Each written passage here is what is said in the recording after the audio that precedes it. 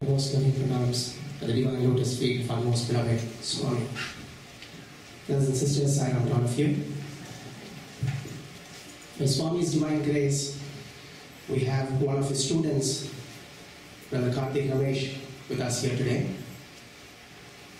He was supposed to come to our center in June of this year, but Swami chose today for him to be here, and I have no doubt Swami did this for a very good reason.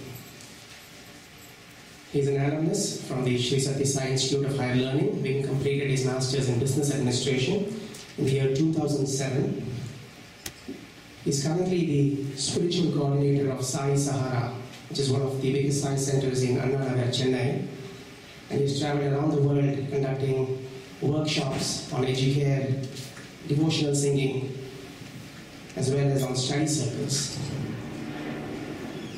He had the great blessing of speaking in the Divine Presence for Guru Purnima and Dasara in 2005, and Swami handpicked him to lead bhajans in Prashanti Mandir. He's here to narrate his experiences as a student and also give us his perspective of Sai teachings. Please join me in giving a very loving welcome to Karthik.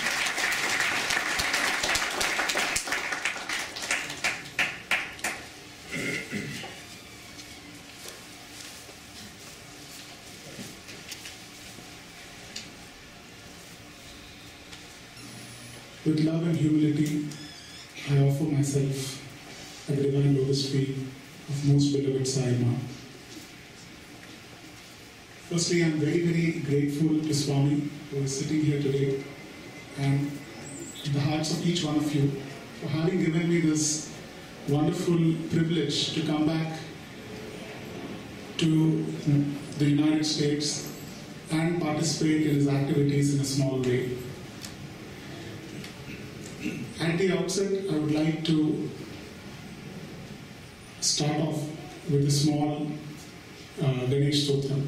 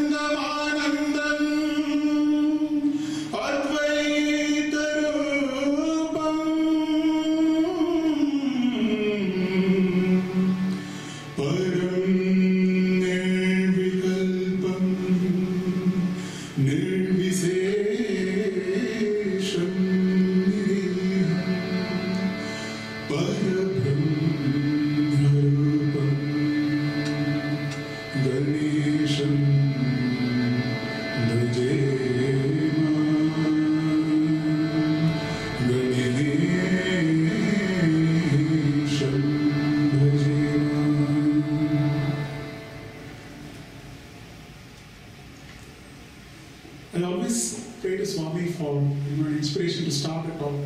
It was so wonderfully, I would say, divinely incident. I was not aware that there is a Ganesh temple in front of the Flushing Center.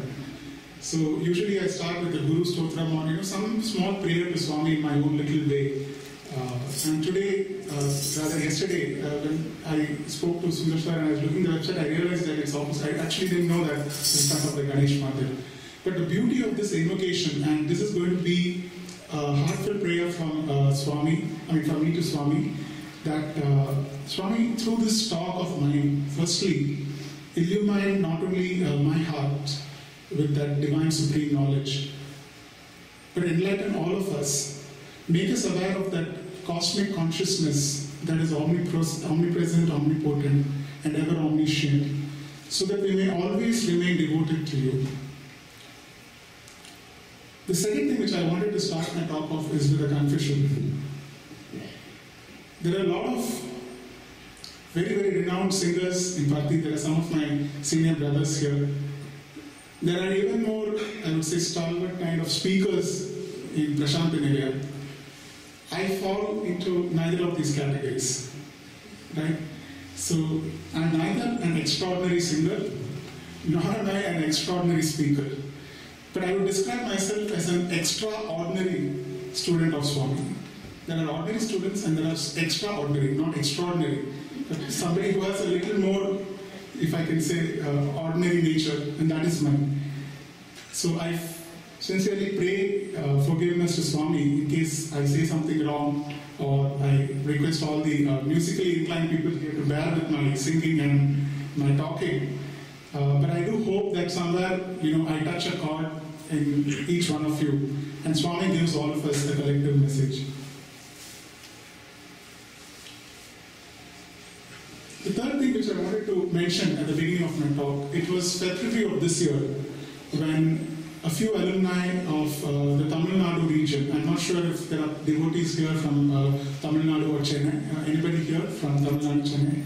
We had a Prema Bandhana meeting, I think you might be aware of this, in Prashant Nilayam. This was one of the last alumni meetings which was formally held in Purnachandra Auditorium in Puttaparthi. And we had this unique opportunity to present a musical bouquet to Swami.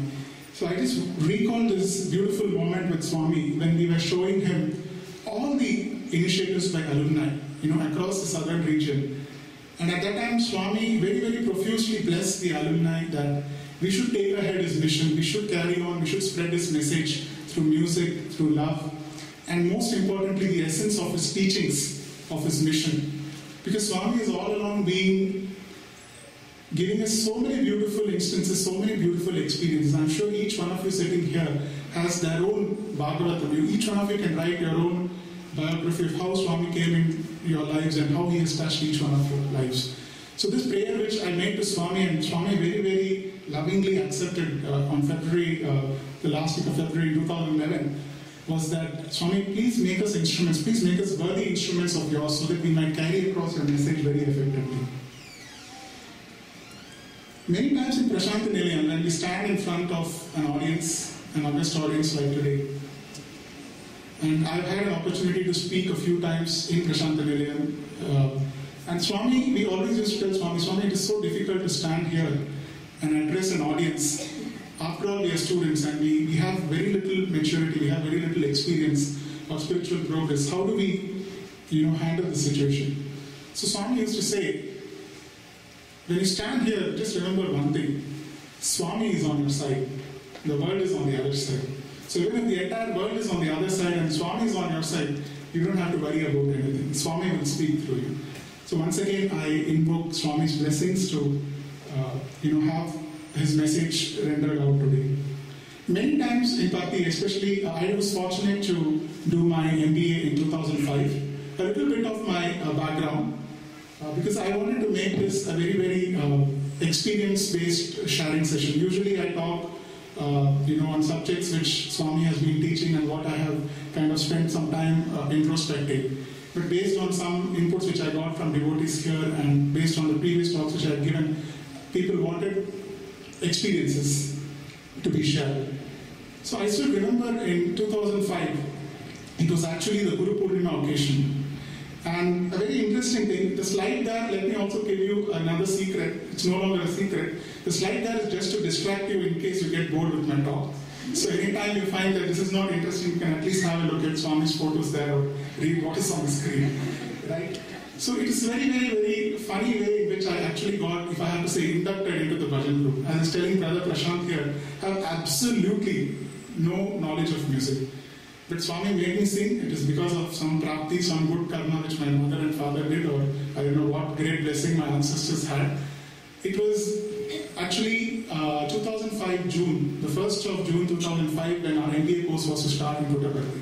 Very surprisingly, Swami asked all of us to come to Whitefield. It's very unusual. Usually Swami tells the boys to come to Puttaparthi. But in our case, Swami called all the boys, 50 of us, to Whitefield.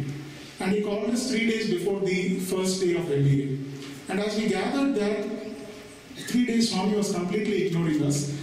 The last day, the penultimate day, remember, 31st May 2005, when the bus was about to leave from the Whitefield ashram to Puttaparthi, with all these 50 boys, we were all weeping and crying and saying, Swami, you called us, but you didn't even speak to us. What is this, Swami? And then just after the aarti, Swami goes inside Trai Vrindavan, which is Swami's residence in Whitefield, and he sends word, send the boys inside. And you won't believe it, 50 of us were sitting here on the left hand side. Everybody except us, all the students ran in. Because we were not yet technically to say students, because it was only 31st May. From 1st June we would become students. And we felt even more depressed that Swami called us here. In front of us he's calling the students, so why did he call us here? And within 2 minutes, all those boys, hundreds of boys came running back and with the warden in front of them. The warden said, Swami called only you 50 boys inside. So all of us rushed in, and I was one of the first boys to, I was just waiting for that moment all my life to go near Swami. And it's a very, very beautiful moment. I'm sure each student here can narrate his own way of how he came in touch with Swami. So as soon as I went in, we were all holding Swami's hand and somebody was touching Swami's feet, somebody was massaging it. Swami looked at me and said, Padadava, forget about knowing music, I didn't know Telugu also. So when Swami said Padadava, I didn't understand what it was. And I just nodded my head. And I didn't know what I was getting, and I said, yes, Swami. Then the boy next to me said, do you really know to sing? I said, oh, did Swami ask whether I know to sing? Then Swami looked at me and said, Tamila? I said, yes, Swami, Tamil no Swami. Padavya, he said. Then I just recall the days when I was what we call in Bhakti terminology again, a bathroom singer. We sing very loudly in the bathrooms and places where people don't usually, like to listen to singing. So I still remember last year one of my friends who works in a trust, he's one of the boys working in the central trust. Swami called him and he's like me, not at all a singer. And Swami called him and said, I want you to sing from tomorrow. The boy said, Swami, if I start singing from tomorrow, nobody will come for darshan. So you decide whether you want me to sing or not. But Swami took that calculated risk with me. And to top it all, he called the warden and said, this boy will start singing in front of me from tomorrow. And then I said, Swami, the Swami looked at me, are you ready to sing? I said, Swami, with your grace. And again, spiritually I would say elevated way, but in my own immature way, I told Swami, with your grace, the lame can walk, the blind can see, and the musically uninclined like me can also start singing. Swami said, very good, very good, very good. And everybody was stunned. They thought that the next great singer of Puttaparthi had arrived. But I should say to the collective misfortune of everybody there, I still remember the day, 22nd July 2005 was the date, the real D-Day in my life's calendar, when I was made. And another very interesting thing was Swami was showing a lot of interest in me and a couple of other of my classmates. We all have these moments where we get proximity to Swami, each one in his own way. So for some, again, great merit which my parents and ancestors had, that Swami called me and was giving interview after interview, was talking, and so I was really in the prime of my life at Puttaparthi, so to say. And that is when, Swami, the way he cleanses us, he takes us right to the top, like a cloth which is going to be cleansed, and then he will bring you down, slam you down. So I didn't know that I am on my downward journey. And 22nd July 2005, I was made to sing the Guru Bhajan. I just sing the bhajan now because I really like the bhajan a lot. A very simple bhajan, I'm sure all of you have heard it very well. Guru Nanak Ji ki jai jaikar, jo bole so hoye nihar. Allah sai le lo salam, Maula sai le lo salam, salam salam lakhon salam, e shubhita Prabhu Sai Ram.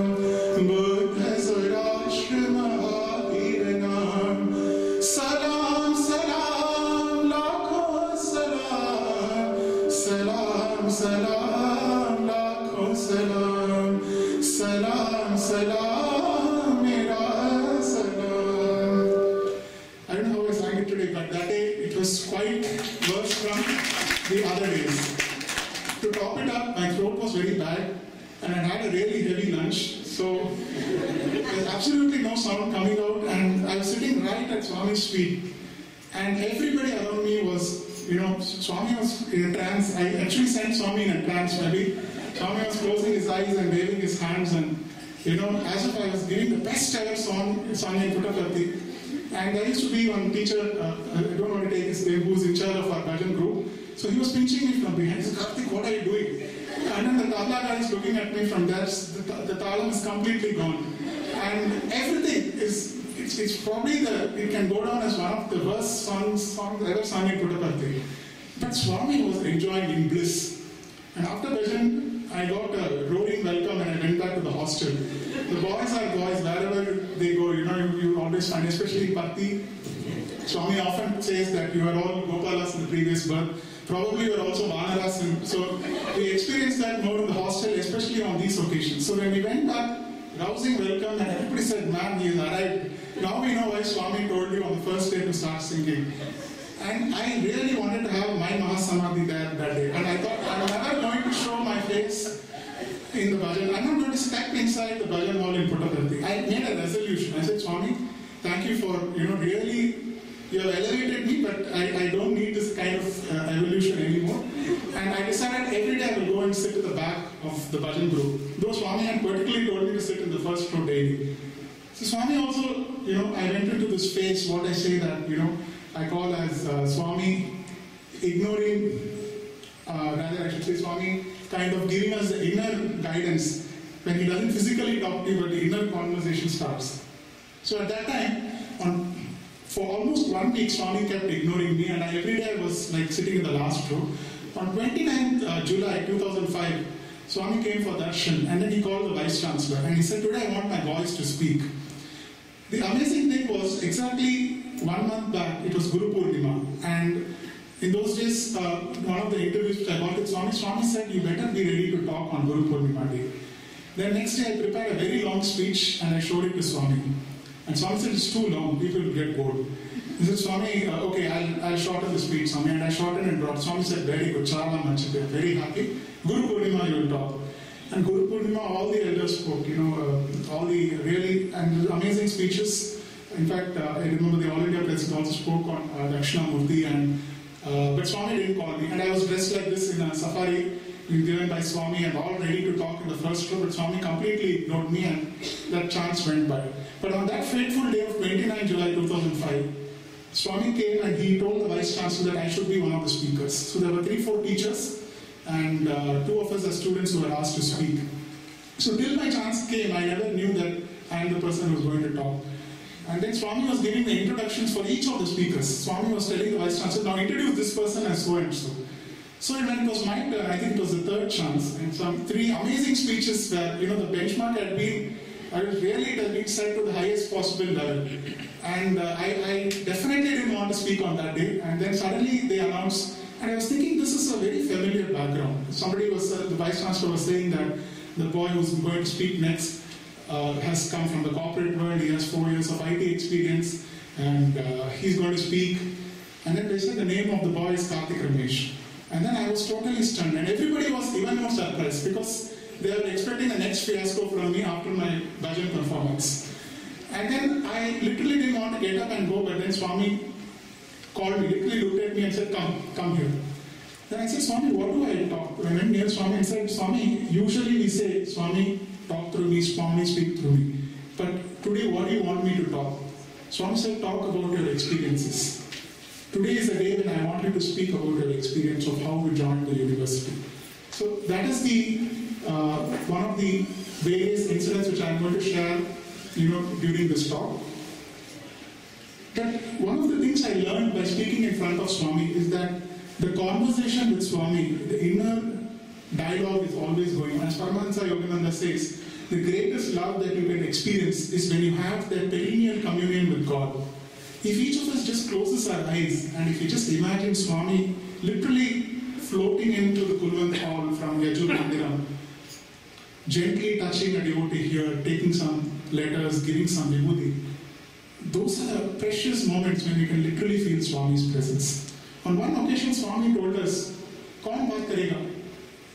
Nobody raised their hand. Swami said, "Bahar sab baat karta hai, andar koi baat nahi karta." All of you are chatting on the veranda, in the classrooms, in the institute, in the hostel. But when I ask you to speak, nobody is ready to speak. But the other inner significance is Swami is always talking to us. He's always having that inner dialogue. We are always talking with that conscience as a witness in front of Swami each and every moment of our life. So the question is, Swami is listening, but are we aware, are we conscious of the fact that Swami is the inner motivator and the guider of each and every action? So when you really start to meditate and think of Swami that way, the love within you starts to grow. And millions of thrills start to pass through your conscience. And then there will come this indescribable love which Swami wants us to share with each and everybody. So as I say, today Swami is really the speaker. And whatever is coming is definitely, as Swami says, it should not come out of force, it should not come out of compulsion, but it should come from the source, it should come from Swami.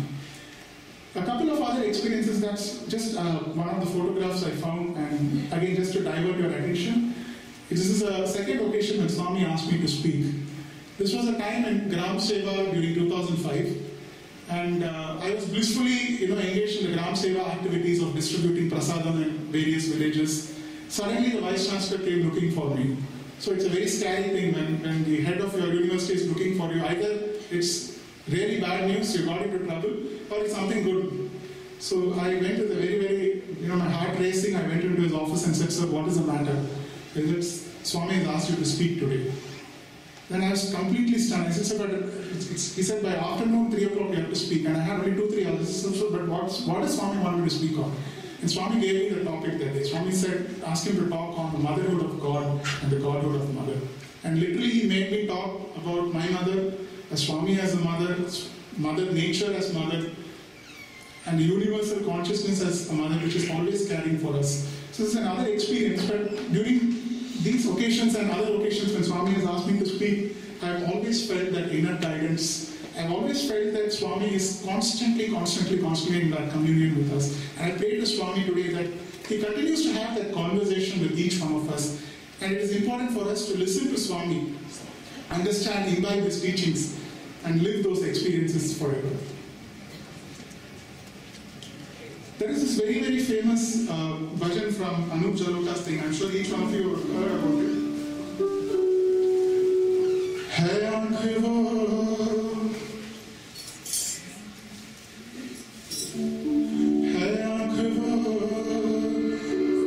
जो शाम का दर्शन किया करे, है शीश जो प्रभु चरणन में वंदन किया करे। बेकार वो मुख है जो रहे व्यर्थ बातों में। मुख वो है जो साई नाम का सुमिरन किया करे।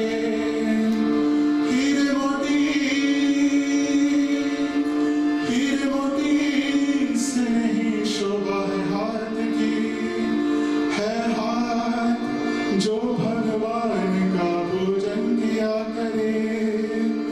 मर कर भी अमर नाम है उस जीव का जग में, प्रभु प्रेम में बलिदान जो जीवन दिया करे। In 2010, Swami gave this song to one of the boys, one of the MBA PhD students, and actually made him come out with a speech with each of these lines. So Swami was telling that looking at Swami's beautiful form, by getting his darshan, that is the purpose for which I have given you an eyesight. The second line, Swami was saying, remember the first Pada Namaskar you got, the first time you meditated on Swami's beautiful lotus feet. The third line, Swami was saying, don't engage in gossip, don't engage in chat, but like I said, get into that inner conversation always. So this was a very, very beautiful verse which I just wanted to recall at this stage, and it's again a very, very wonderful prayer, because at every phase of our life, if we remember these points about what the purpose of this vision, this speech, this touch, each of these senses, 5 senses which Swami has given to us, we will really, really, really experience divinity during every phase of our lives. Another very, very beautiful moment I always recall in Puttaparthi is, this used to happen even till last year, when Swami was there in his physical form in Puttaparthi. Swami used to take particular interest in the primary school children. And these children used to come for darshan only on 2 days a week, that was on Thursdays and Sundays. I do remember that many times the boys used to be chanting Vedas. We used to chant the Purusha Suttam, or Narayana used to Sahasra Shririsha Purushaha Sahasraksha Sahasrapad. We used to be telling this in a very, very low pitch. And Swami used to look at us and say, "You're not eating breakfast? Why are you all chanting it so in such a low bass voice?" And then the primary school kids would come. Not only would they come, but they would put us in very big trouble. They would chant at very high pitch. Sahasra Shririsha Purushaha Sahasraksha. The Swami would look at them and start smiling. And then we used to have these occasions when Swami used to bless the birthday boys. This birthday, everything as a student with Swami or as a devotee is a chance, is an opportunity, especially when Swami was there physically, to get his proximity, to go closer to him, get a touch of his hand or touch his feet or get something blessed. So this birthday tray is something like our mind. Each birthday boy used to take a tray filled with cashew nuts, chocolates, walnuts. Some sisters and brothers would have sent some pens, and then a bunch of letters from his classmates. So it's like our mind with all these desires, we take it to Swami. So birthday boys used to go and keep this. And it was more special occasion than the birthday boys for the non-birthday boys. Because what Swami used to do is, he used to randomly pick up a chocolate, randomly pick up a cashew nut, and he would look mischievously at each one of us. And this is where the actual competition between the institute boys and the primary school boys used to begin. Then we never knew in which direction Swami would throw the cashew nut. So one such occasion, I was part of this game, and on my right was this primary school boy. Swami took this cashew nut and was mischievously, just rolling it between his fingers. And we were all eagerly anticipating, Swami, when is he going to throw it and where is he going to throw it? And the shape of a cashew nut, it's a little bit, it's a curvature-based shape. So when Swami actually threw it, it spun and went to the primary school boy. And looking back now, I think Swami did it intentionally because we all rushed to that cashew nut, and the primary school boy got it. Swami was very happy. Very good, very good. Then he looked at it and said, "See, your boys are not fit at all. These boys are more fit than you. They're able to run faster." So Swami always used to take particularly interest in the children. But for me, the inner meaning from that experience was not about Swami showing preference to institute or primary school. He wants us to be childlike. He wants us to develop that innocence. He wants us to develop that purity of heart which children have. And that's why it always never ceases to amaze me. Whichever part of the world I go, when I see the vigor with which the SSC programs go on. And a lot of credit to all the parents here, all the SSC teachers here who have made and enabled this mission of Swami. Even yesterday I went to a center in Scotch Plains and the entire bhajan was done by the children. There's not one mistake either in Shruti, Talam. And what is really amazing for me, in a place like the United States, which is probably the materialistic heaven for anybody, if children are sitting on a weekend learning about values, it's very easy to be a student of Swami and do this in Puttaparthi or Prashanthali. But to be here in such an environment and do it, a lot of credit, it's all Swami's grace, but a lot of credit to the SSC teachers, the parents. So I always felt that we should bring our minds, we should tame our minds, we should remove those evil qualities. And Swami says that is the purpose of the Satya Sai Educare program. It is not just to give theories or experiences on moral values, but Swami wants us to drill out those human values in our hearts and then bring it out to the fore. Going back to a very, very young age of mine, I remember that Swami used to, often tell me during my MBA days, this boy was there from primary school. The reality was I was there only for my MBA. But when Swami said something once in a group interview, he was telling some boys, Swami was he said, this boy has been with me from primary school. And I also obediently nodded my head, though I knew that. Then it struck me that Swami was there present with me in the form of that purity, in the form of that innocence and that love, pure love, always guiding and guarding. I still remember in my childhood, like I was saying, when I was not a Swami's devotee, within quotes if I have to say, my journey has been from, if you believe it or not, from a complete atheist background to Swami's student. So I still remember one of the relatives in my family, my grandfather was dying. He had stage 4 cancer. This happened in the 1990s, 92 if I remember correctly. So they came and gave us a photo of Swami playing the cymbals. This is the cover photo on the Sundaram album. The Sundaram Sai bhajans which are sung in Chennai. So somebody gave us that photo and said, keep it with you and he will bless you. And I was really scared looking at Swami's hair and, at that time not knowing anything about Swami, but very religiously I used to pray to that photo and I used to keep it under my bed, under my pillow before I slept. And one fine day we wake up in the morning and the entire bed is full of vibhuti. And the photo is just overflowing with vibhuti. And I still, regret that day because we were so scared, we didn't know anything about Swami that time. We literally took and disposed of all that vibhuti. Right? I mean, I wish I had a pinch of that today with me. Of course, the later occasion Swami did give, but again, I'm just reiterating the point that once we develop that, even if we do not, within quotes, believe in Swami, we have to remember that He's going to always take care of us. He's going to always be there to guide and guard us. So Swami doesn't look at a person as he is a devotee, he is not a devotee. As a matter of fact, till my father passed away 2 years back, he never attended any center program, he never participated. He came to Puttaparthi twice, and I will narrate his experience a little later in this talk. But the amount of love which Swami showed to him was probably more than the love which Swami has ever shown to me. So it kind of broke the mental barrier which I had, and I'm sure which many of us have when we say that we are Sai devotees and somebody is not a Sai devotee. So maybe some people follow Swami's teachings or follow Swami as God or Guru in a different form. So we need to, a big learning for me in this journey as Swami's devotee, which is continuing, is that never we should get into the judgment mode thinking that a particular person is a devotee or a non-devotee, or he is a sevadar, he is only a bhajan singer.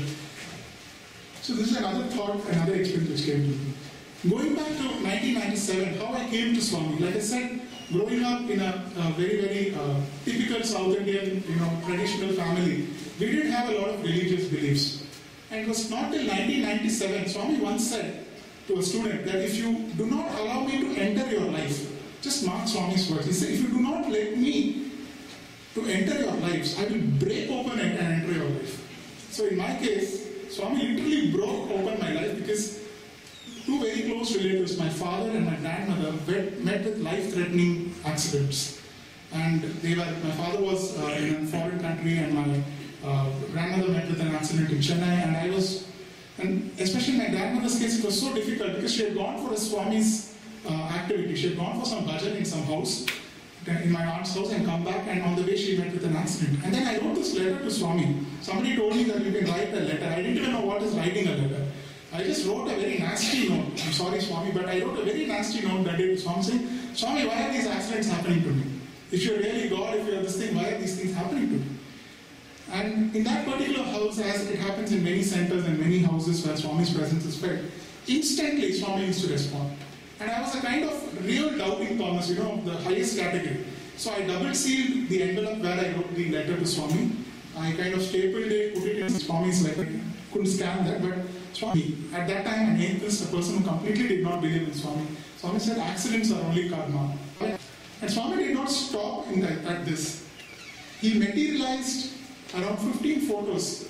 There were around 15 people in my family at that time who knew Swami. Out of the 15, maybe 2-3 of us did not believe in Swami. But he materialized this photo, and I'm not sure if you have come across this photo anywhere, but this photo materialized along with that reply from Swami. And at the back of the photo, Swami had actually signed it. He had written each person's name. But because I was an atheist, or probably I didn't even believe in Swami, Swami just put a tick mark on the one which my relatives gave to me. So I still have this letter, this letter and this photo very, very precious because that message from Swami was very beautiful. And then Swami started coming in my dream day after day after day. And I was getting scared. It was so scary. Every day Swami would come and say, come and be my devotee. I'm waiting for it. In one particular dream, I remember Swami came.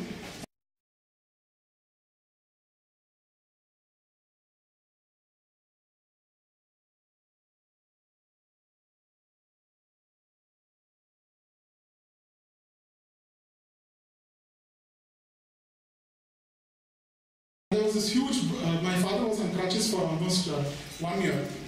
Swami is in the interview room. I've never gone to Prashant India.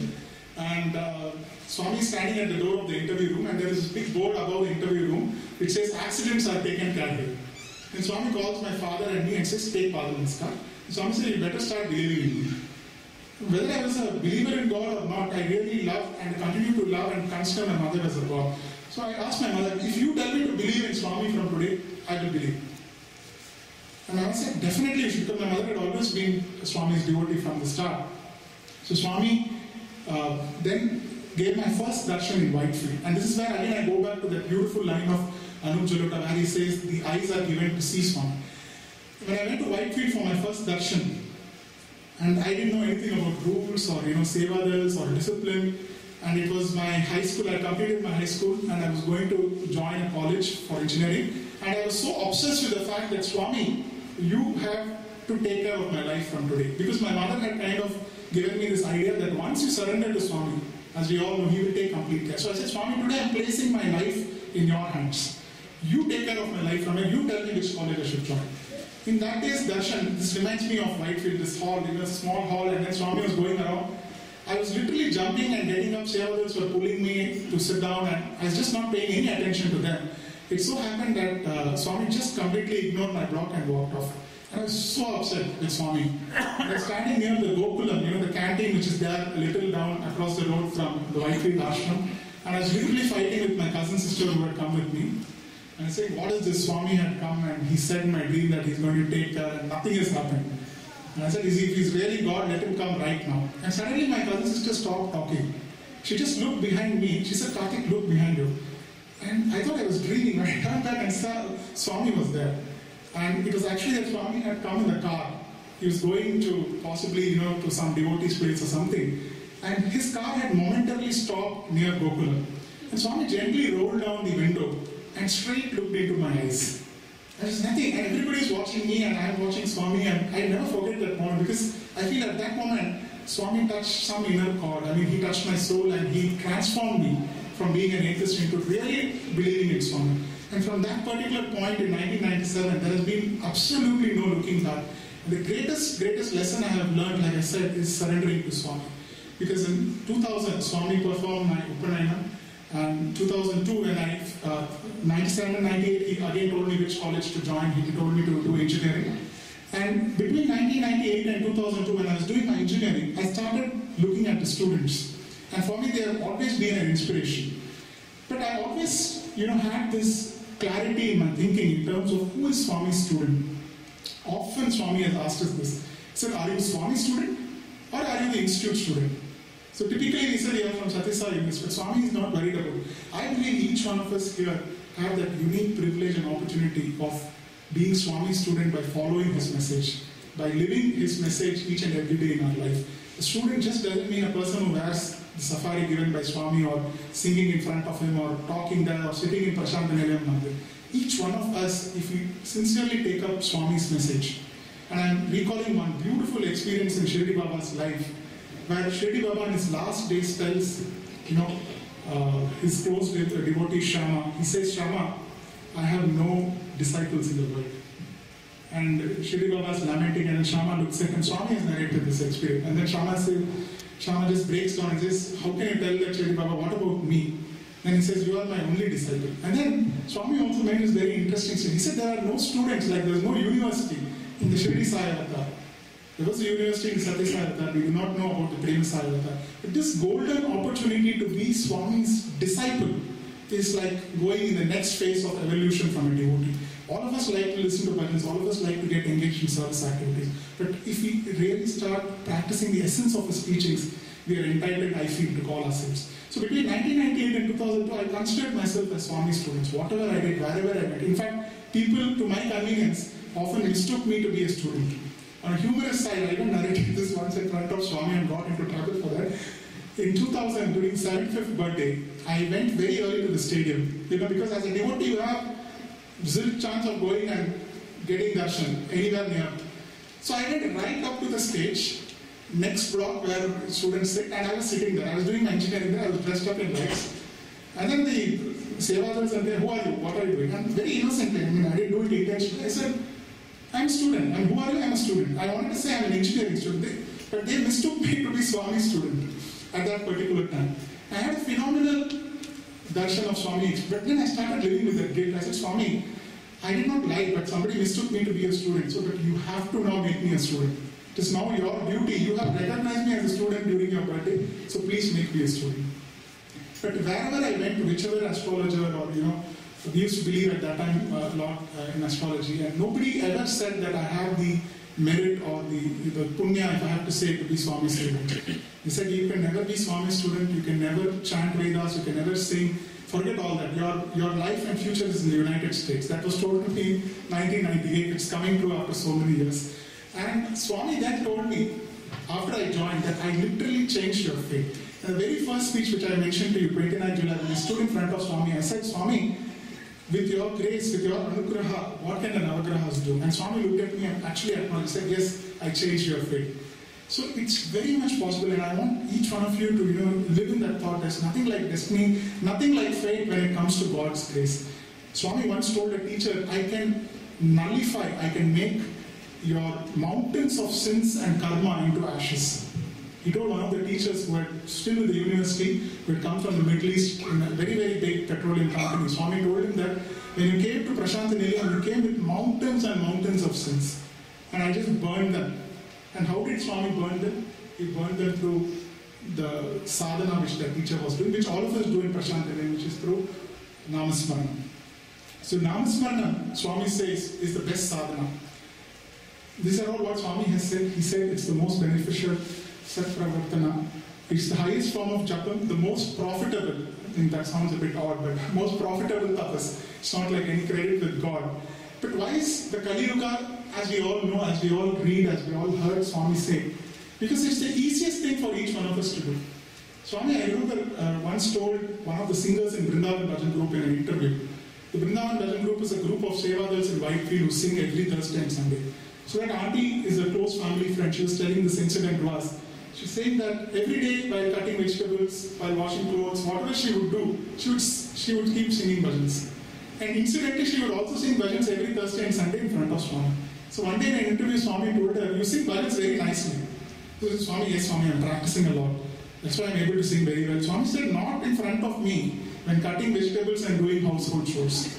So Swami is listening always. I mean, again, I'm coming back to that point. And the Namasmarana is a way to remind ourselves. We don't need to remind Swami or to call Swami, but it's to remind ourselves and bring us to that awareness.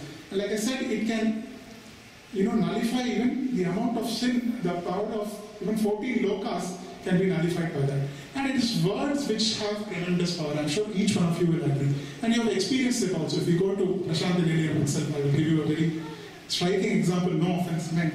But the way in which people say Sai Ram or greet to you. Right? If somebody says Sai Ram, please, they want you to be disciplined. Sai Ram, don't go. Please, stay away from the place. Don't. Sai Ram, Sai Ram. Shh.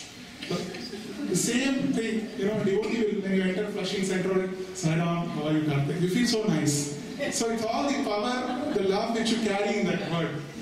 And if you bring that bhava, and the easiest form, believe me, the easiest form of japam or namasparanam is bhajans. As Swami says, what is bhajan? It's nothing but bhava. When you do japa with bhava. Bhava japa, that is nothing but bhajan. But most of the time we are concerned with the intricacies of singing. We are concerned, not that, every bhajan can be the way I sang during my first song in front of Swami, but if you make the effort, if you bring in the bhava, everything else will automatically fall in place. And I just wanted to bring a few incidents of Namasmarana, which you might have read. The very first one, something which comes in Tapovanam, Swami's life history, you would have all read. Swami literally respected one of the students' mother. And he's one of the senior brothers. I'm sure the alumni here also know him. And that day, that particular time, Swami had stopped speaking to this particular student who was so close to Swami. And it was very unfortunate for him because his mother was in the last days of her life. And this is what he had narrated to us when he came to the hostel. And he said that Swami was literally seeing through him. I'm sure all of us experienced this phase when Swami apparently ignores us. He doesn't talk to us. He doesn't look at us. So in that particular day, this boy is thinking that Swami is not talking to him. And he was singing this bhajan, and it goes with a very beautiful alap. I just want to recall that. And I'll also give you a break from, my monologue.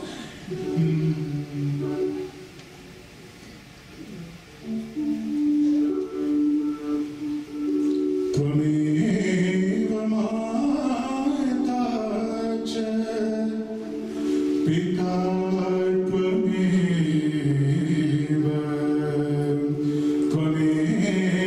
bandhushta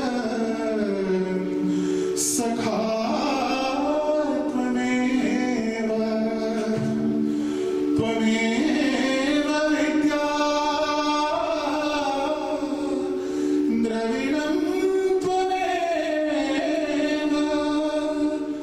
त्वमेव सर्वं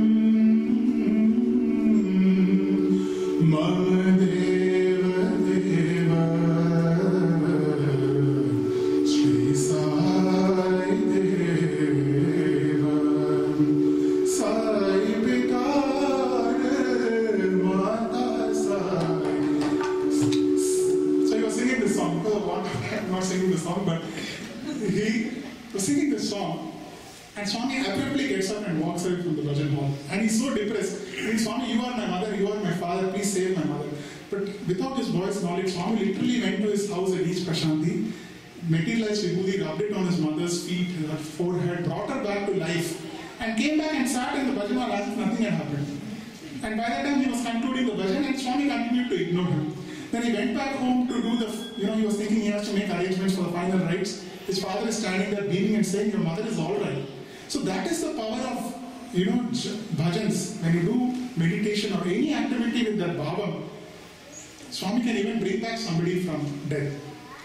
The second incident I remember, one of our senior brothers, many times, even during our bhajan, Swami used to say that, don't, especially, and some of these, only Swami knows, divine reasons why he used to tell the bhajan group these things.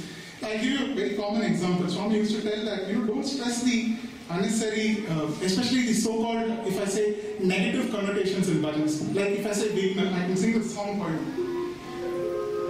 Tum ho Vigna Vinasha Ganesha, Tum ho Vigna Vinasha Ganesha, Tum ho Vigna Vinasha. So, when the boys used to sing, they used to say, why are you giving so much emphasis on Vigna, on obstruction? Why can't you give emphasis on the positives, Rama, Krishna? And so, in one particular instance, Swami said, don't sing Ramana, Shiva Ramana. Right? He said Shiva Ramana, Parvati. So, but one of these elder brothers of ours who was narrating this experience was said that, unfortunately, he chose this song. Jagadodharini Mata Durga Jagadodharini Mata. That's one line which comes, Hey Shiva Ramana Jagoma, Hey Shiva Ramana Jagoma, Jago Jagadodharini Mata. So when he sang Shiva Ramana, all the boys started laughing. He's got into a trap. Now Swami told not to sing Shiva Ramana, he sang. But without the knowledge of the other boys, as he was singing this song, he saw Swami as Mahakali. And Swami's hair just unlocked and his tongue became, his lips became red like Mahakali's and eyes were so bright red. And so we don't know for what reason Swami gives us. Not that we should not sing Shiva Ramana or these bhajans, but I'm just saying there is a beautiful story associated with each bhajan. And Swami literally handpicked, in those days, his brother Prashant, before his times also, Swami literally handpicked those students and taught them how to sing. We were, of course, not as fortunate to directly learn so often from Swami, because Swami had been guiding us. Another instance, I remember one boy took a song in a very, very high Shruti, and he could not reach that pitch. And when he reached that line, when he was just going to, croak literally, he burst out into tears. And Swami was in a trance. He opened his eyes, he said, why are you crying? Then he looked at the teacher who was playing Arab. Now you keep the correct Shruti. Now you start singing. So again, if this, not that every time somebody sings a bhajan like this, Swami is going to forgive that. Nothing about forgiving, but it's very important to sing each bhajan with the right bhavam, ragam, talam, etc. But what I wanted to bring that once that innocence, that purity of mind comes, even if you do the most wrong thing within quotes, Swami is ready to accept that. Two of my sisters studied in Anandpur, my cousin sisters, and they used to be very, very accomplished singers in the Prashanti Mandir. And they got into this musical gymnastics, if I have to say. One of the bhajans, they were singing in Akhanda Bhajan, Jaya Panduranga Prabhu Vittala Jagadodhara Hari Vittala Panduranga Vittala Pandarinath Vittala Panduranga Vittala Pandarinath Vittala. So music musically inclined, but they are giving more curves, more variations, and literally trying to give a performance in front of Swami. Swami opened his eyes and just told the God, these girls should not sing in front of me anymore. So they burst out into tears, and Swami, this is too much, and Swami, please forgive us. And it took a few days to get Swami's forgiveness. But again, the emphasis is too much of emphasis on Bhavam, too much. Neither of the extremes is good. So if you do something with purity of heart, Swami will accept it. Very next year, Akhanda Bhajan, both of them had a sore throat, and they were singing so miserably. And Swami was walking those days. It was in 2002. Swami went out to the verandas and see my girls, they're singing so beautifully. And those VIPs like me nodded their head and said, yes, Swami, whatever you say is right. Who is singing the song today? So, I'm not saying there is a right way or a wrong way to sing. Swami has given us guidelines in the centers and in Bhakti how to sing. But we should never get so entangled in any activity. Same way for any Narayan Seva or any service activity. Let's not go by the quantity. Swami is looking at the quality. Another thing which I have learned over time as I evolved from an atheist to a devotee, to a youth, to a sevadal, to within quotes a singer and within quotes a speaker. One of the things I realized, we tend to brand ourselves. I am a bhajan singer. And I remember this, I was holding this so preciously to my heart before. I mean, not now, I've learned my lessons, but when I was studying and when Swami was giving so much, I'm singing in Prashanti Manjar group actually. You have all heard me sing now, so you know the truth. But it was an opportunity, a chance to sit closer to Swami to get his proximity. And in 2006, there was this group of 3-4 boys called the Meera Boys. And Swami, every batch had their own, there were Ramakatha boys, earlier there were Meera Boys, there were Bhajagovindam boys. So in 2005 to 7, it was the Meera Boys who were informed, if I have to say. So at that time, Swami used to call them first for any session. And we used to have these thrice sessions where Swami used to call us into Whitefield, into his house, and Swami used to sit in the Jula and all of us would sit around him. On one such occasion, I remember, Swami said, call the Bhajan boys. And the warden very, very religiously used to send the Meera boys first. Of course, he never used to call the Bhajan boys, but we used to use it as an opportunity to just tag along with them. So we are also the Bhajan boys. Somebody has to follow the Meera boys or something, right? So we'll run behind them. So we all rushed and we very proudly said, Swami, Bhajan boys comes on, Bhajan boys. The Swami looked at, what Bhajan boys? What is this Bhajan boys and all that? Are you think of something special? Swami said, follow all the other boys, tell these boys to go to the back. So we often tend to get entangled. I am so-and-so office boy, I am so-and-so. But we get so attached to that role, we forget to realize that it's a temporary blessing which Swami has given to us. To serve him in our own way. So, my own personal learning along the path is, let's not call ourselves any particular role. Let us just play our role to perfection. And I've covered these experiences, but the reason I put these on slide, usually I make it very spontaneous because there's so many things to cover and the time is very short. I don't know how I'm doing on time. Okay. Sorry? Okay. Okay.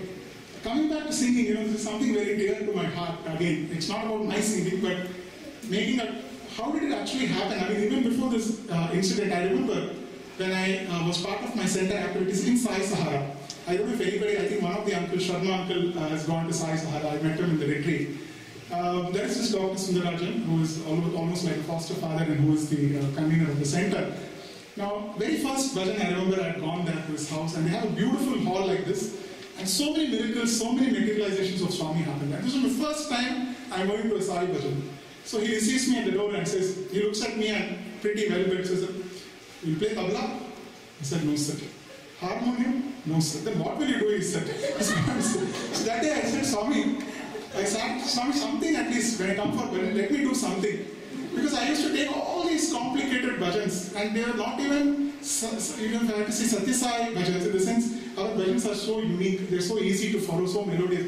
I used to take these complex Anup Jalota, complex Hari Om Sharan bhajans and sing them during Sai bhajans. So I used to have a reserved place at the back. Everybody used to say, please sit and don't open your mouth. The reason I'm saying from there, then till 1997 to 2000, it went on like this. Then I prayed to Swami. I said, Swami, give me a voice. I have a very husky voice. I want to sing in front of you. I want to sing some bhajans. I remember in Shivratri 2000, Swami, after doing the Lingosdam, was walking around. And he was distributing these chocolates. I think the American devotees had given them. And these were these color-wrapped chocolates, like lingam-shaped chocolates. So I was just praying to Swami, and Swami coming there, and I got up and Swami, please Swami, give me a voice. Please, I want to sing, Swami, I want to play, at least I want to dabble on the harmonium. Something you teach me, Swami. Swami took that chocolate and aimed it at my, literally he looked at me like this, like a bowler, he aimed and whack, he gave one hit. And I don't know, it helped me evolve, and something happened that day, I don't know what happened. And then, as I told you, Swami asked me to start singing, and I told you about mine. Similarly, I never forget my last bhajan. It was so difficult, as my other brothers here would say, when you know that you're not going to sing any longer in Prashanti, it's such a wonderful feeling to sit there in front of Swami and sing.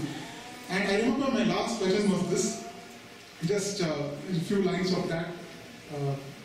And the reason I'm narrating this is, Bolo Narayana Jai Jai Vithala Sai Narayana Ranga Ranga Vithala Bolo Narayana Jai Jai Vithala Govinda Vithala Raghumari Vithala Gopala Vithala Panduranga Vithala Sri Ranga Vithala Sai Ranga Vithala Sri Ranga Vithala Sai Ranga Vithala. And I was, again half singing, half crying. And I just couldn't open. I said, Swami, I'm never going to, not that I was a great singer, but never again I'm going to sit in front of you as your, Mandir Bhajan group singer and sing, oh Swami. And I really regret it because when I opened my eyes, and everybody, I recall my first bhajan, like after bhajan, again everybody crowded around me. I thought, again, maybe I made a fiasco of the bhajan. So, today what happened? He said, today when you were singing, Swami was singing along with you each and every line. And he was looking at you, smiling, waiting for you to open your eyes. You never opened your eyes. Then I felt exasperated. Something with my singing and Swami. But my journey, like I said, from restroom to music academy, if I have to say, in the sense that music academy, because somewhere down the line, we gave a program in Chennai's Music Academy, and we composed some very nice songs. Just few lines of that also, just to break the. You might not have heard this song. We composed this song. Prasanna Rupamu Sai, Prashanti Nilaya Sai, Parameshwara Shiva Sai, Puttapati Purisha Sai, Purnavatara Sai, Punya Pavana Sai, Papa Vimochana Sai, Prema Swarupa Sai,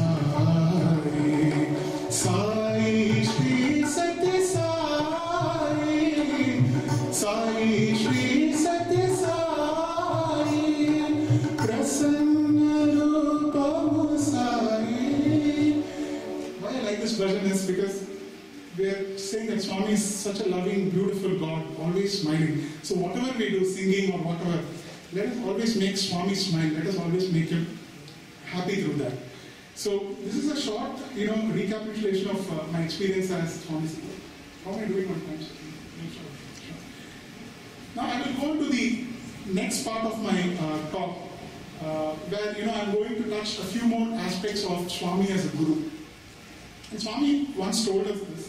He said the word guru, and he told us in discourse also, it's made up of two syllables, gu plus ru.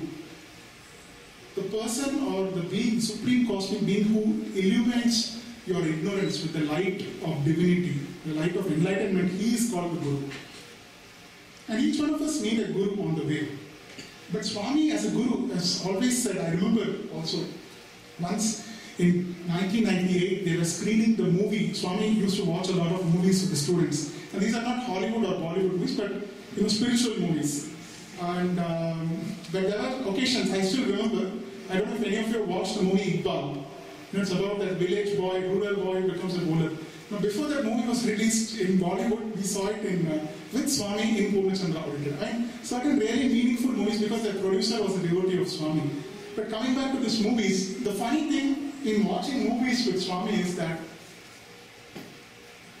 the movie will be running on a big screen like this. Swami will, never actually focus his attention on the movie. He will either be reading some letter or, in his own way responding to devotees, and everybody will be looking at Swami. So the movie was an excuse just to get close to Swami. We'd all sit around Swami, we'd look at Swami, Swami looking at letters or thinking something, and the movie just going on. But the beautiful lesson which I got from that, even as I look back today, is that even if in day-to-day life, if we start doing that, there are so many events in this screen called as our own life. Each one of us is the hero, possibly the villain. I don't know, we play different roles at different points of time.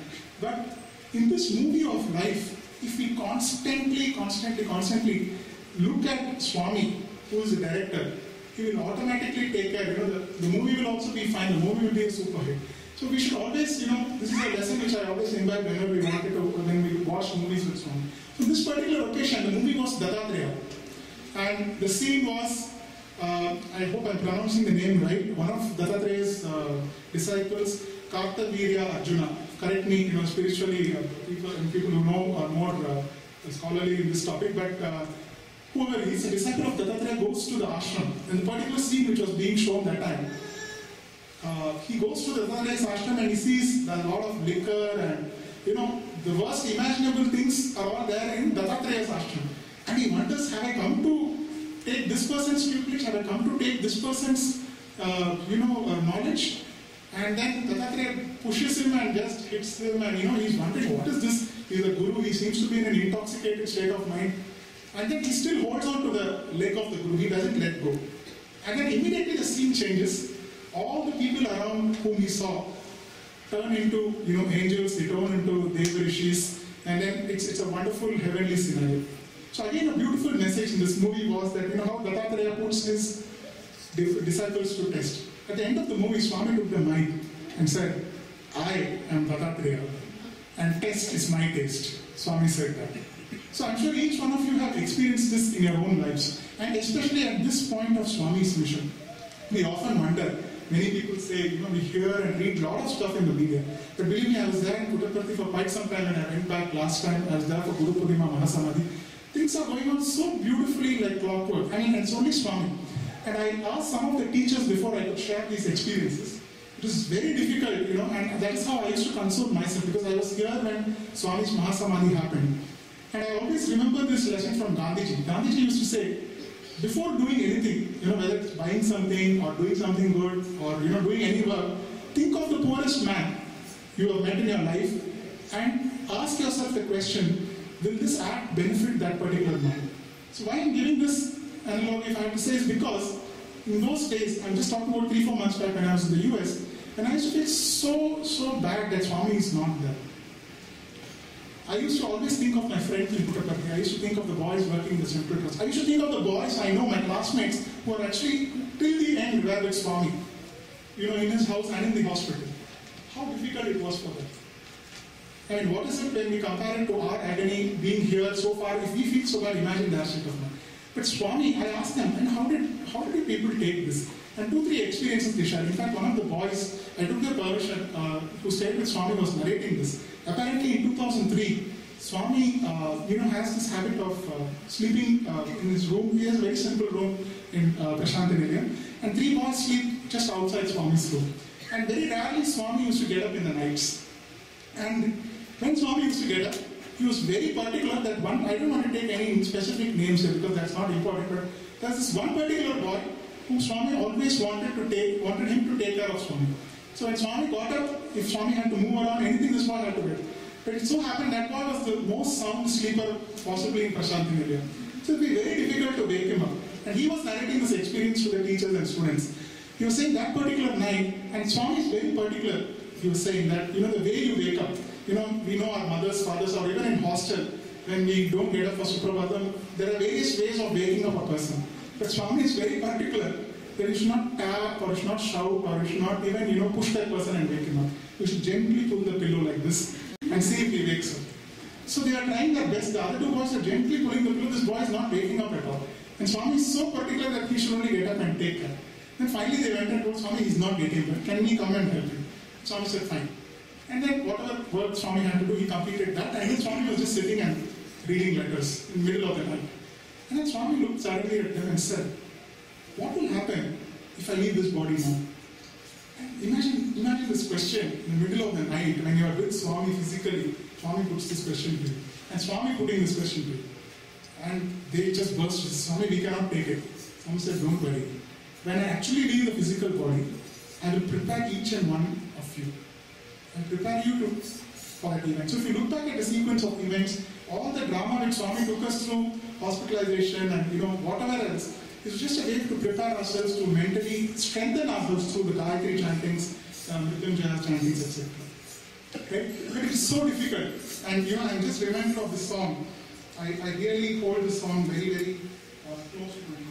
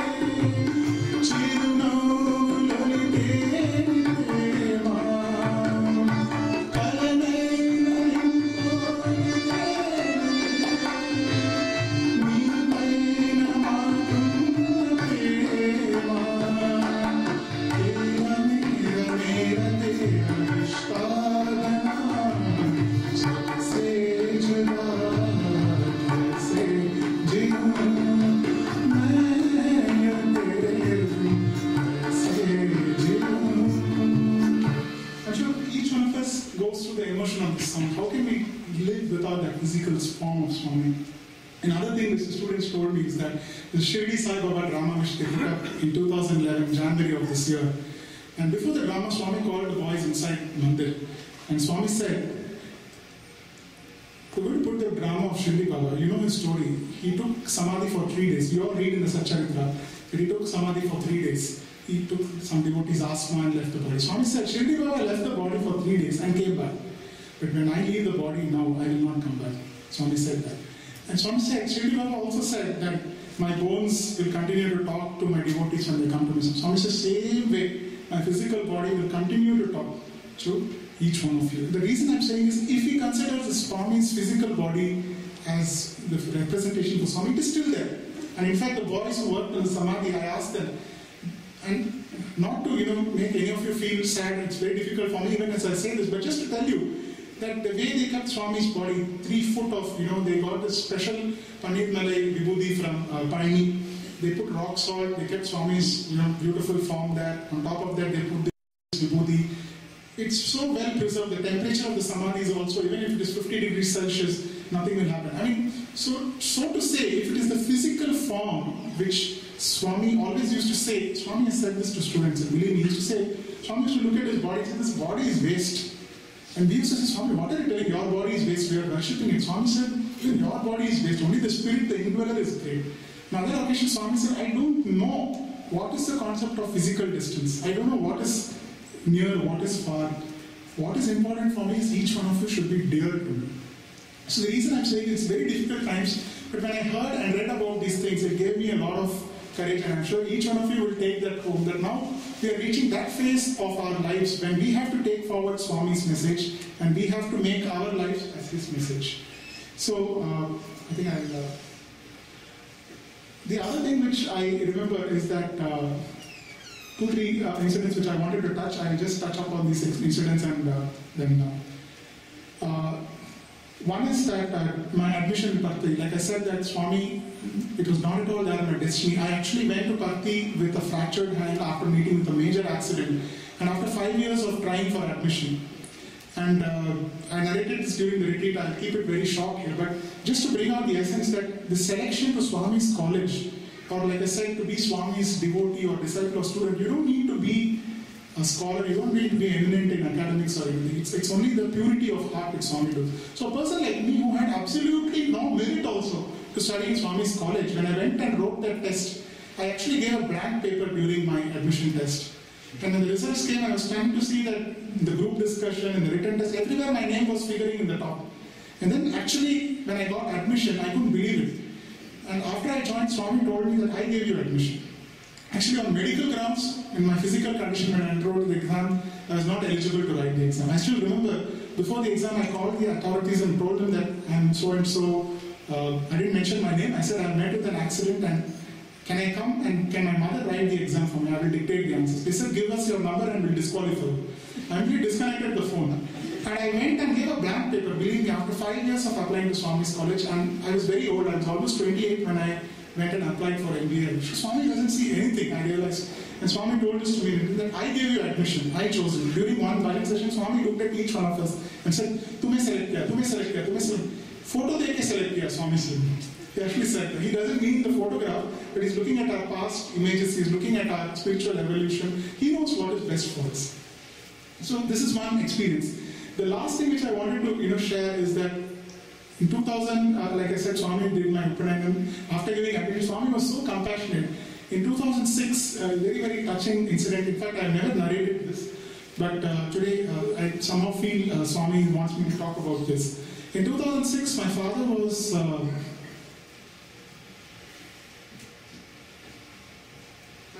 diagnosed with stage 4 cancer. And it was cancer of possibly one of the worst kinds. And imagine, it was such a difficult time because for me, in 2005 was my prime time as Swami's student, with all the grace and all the blessings. And somewhere towards the end of 2005, when my father was diagnosed with cancer, Swami completely stopped talking to me. He just ignored me.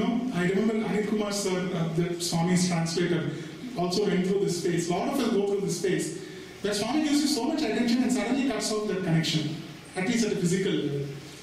So when I used to go and sit for bhajans or when Swami never, he used to call all the boys around me, but he would never even look at me. And this made me feel so bad. I said, Swami, what did I do like that you're not even looking at me? And then my mother calls me one day and says, your father is diagnosed with cancer.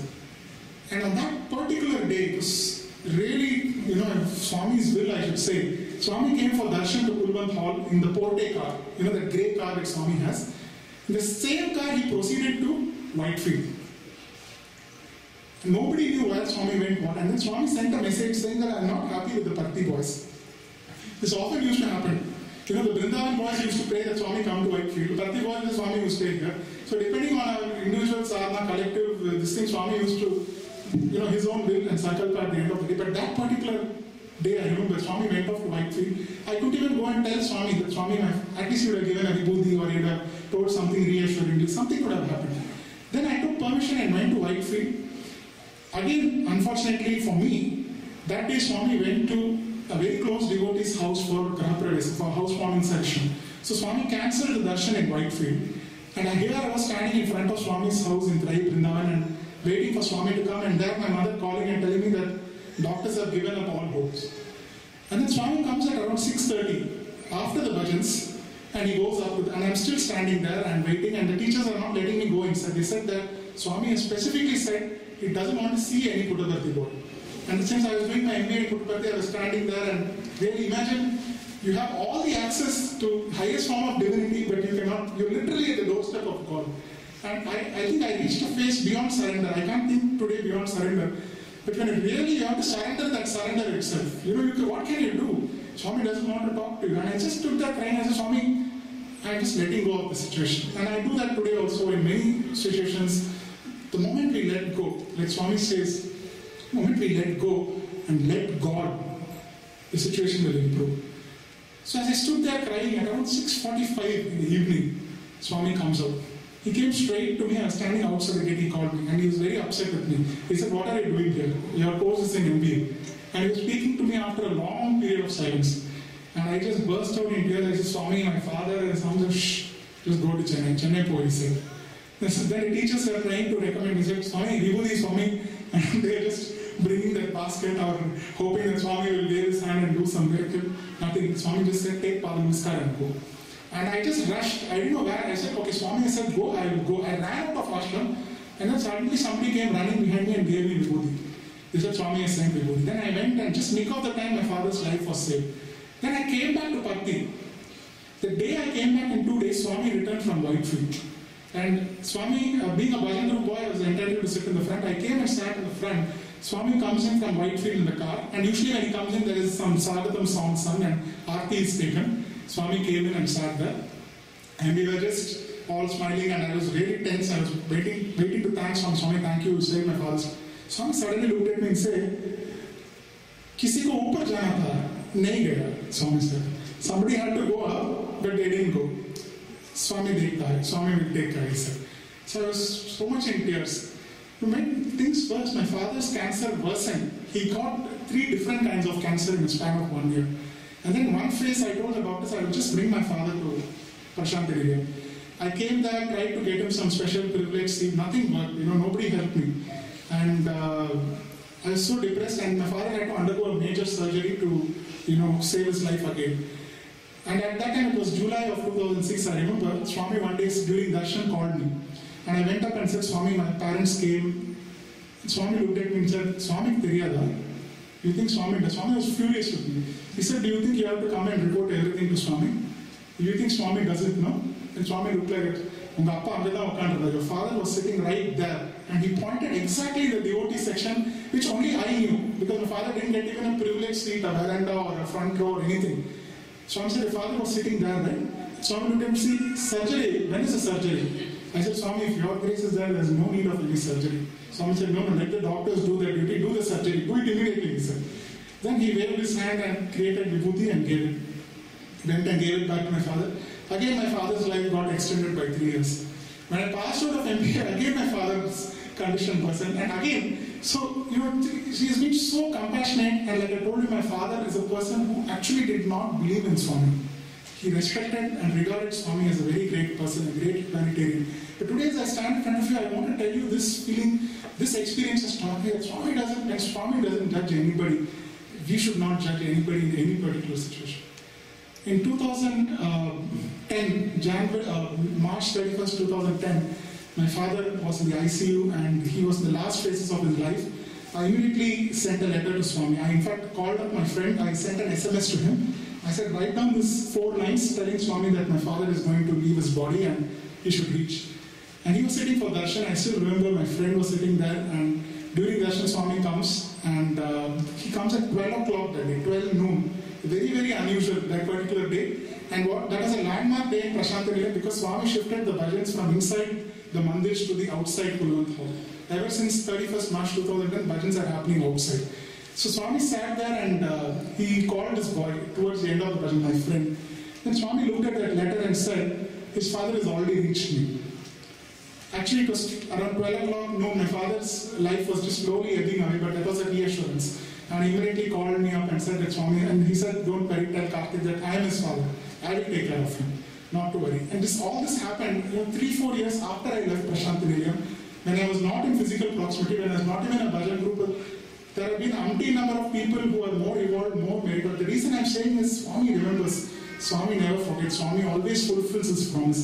It is to us, to our gratitude, what we can do and how we can take forward Swami's mission. So only reason I narrated this and other experience, not to share about my own personal thing and say that Swami did this or did that, but just to show you how well Swami takes care.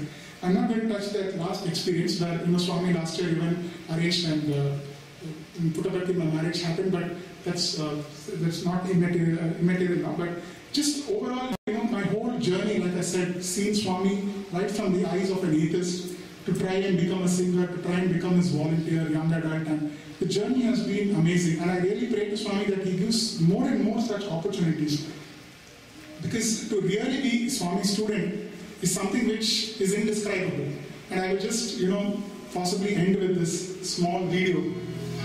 I'm sure some of you would have seen this Yadein video. It's very nice to see this.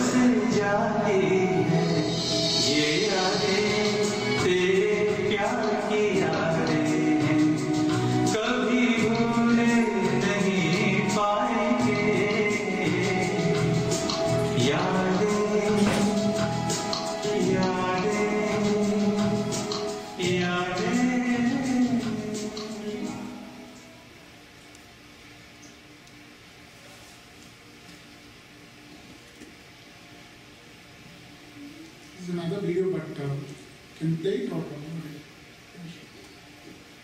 I think you have seen this. It's not supposed to be in YouTube. This is there on. I just came across it in the students' portal yesterday, but it's a very nice. It's a session in Trai Vrindavan in Whitefield. It's there on YouTube.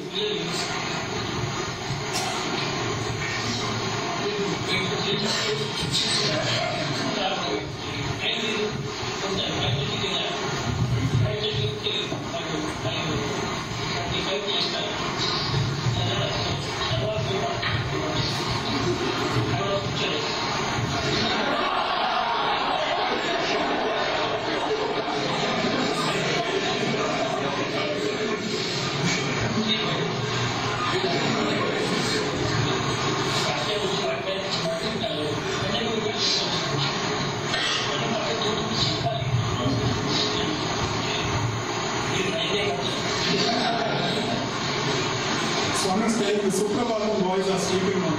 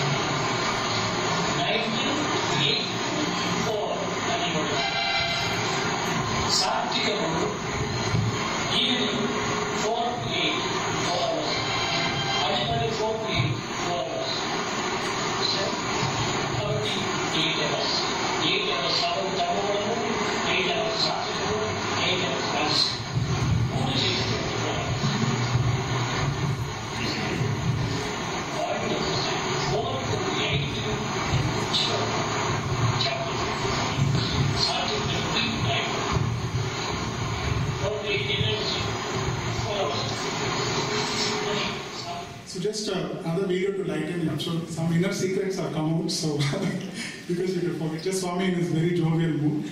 But I just wanted to, also touch upon this beautiful thoughts which Swami has given. Swami often used to tell us that in the hostel also, each and every department was run by the students. So Swami said the greatest reward for any selfless service is another opportunity to serve somebody.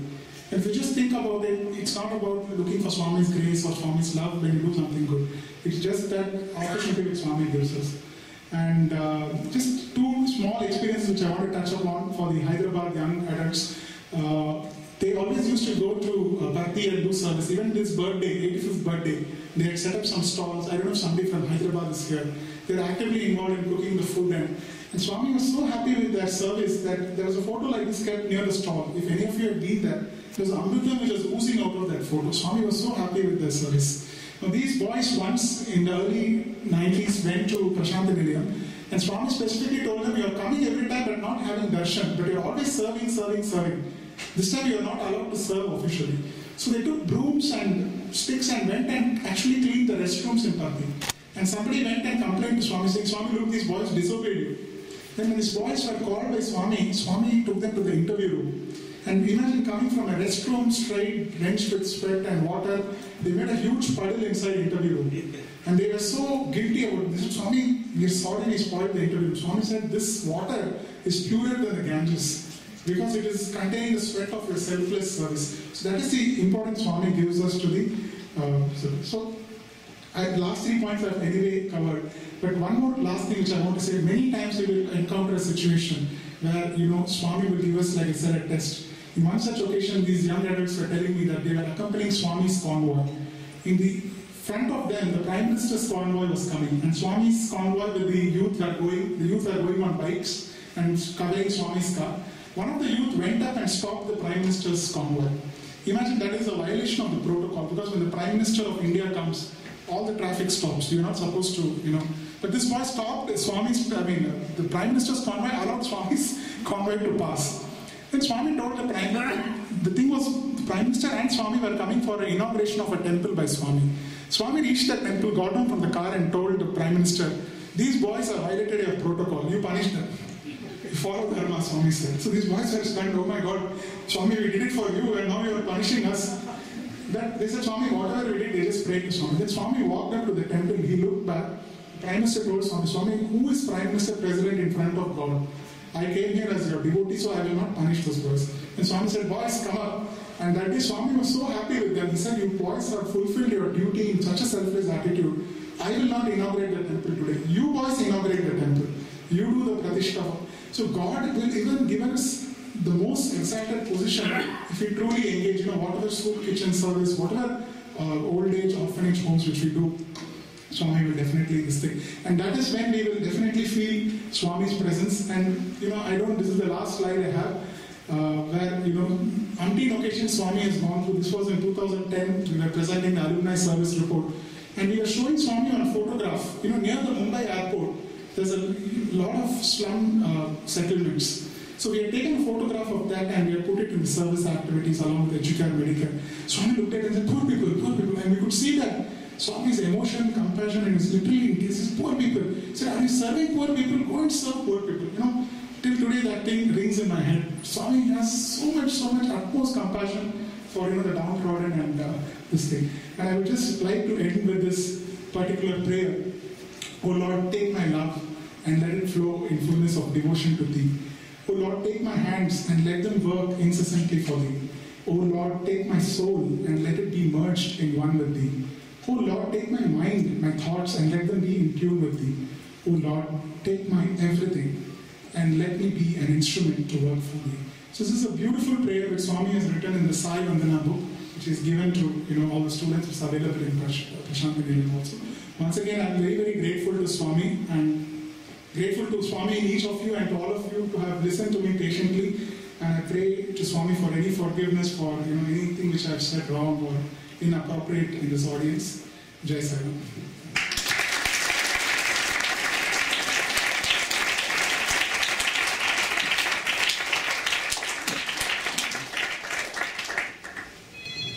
Brothers and sisters, Karthik just arrived in this country last week and we're extremely grateful to him for coming here today. As you all saw, he's a very blessed and gifted public speaker, and very kindly he has agreed to share some of the divine guidance that he received from our beloved Swami on the art of public speaking to our SSC children and young adults today. So I request the children and the young adults to assemble at Asamite Temple after Vibhuti prayers so we can start this session on time. Once again, if you can all please join me in expressing gratitude to Brother Karthik.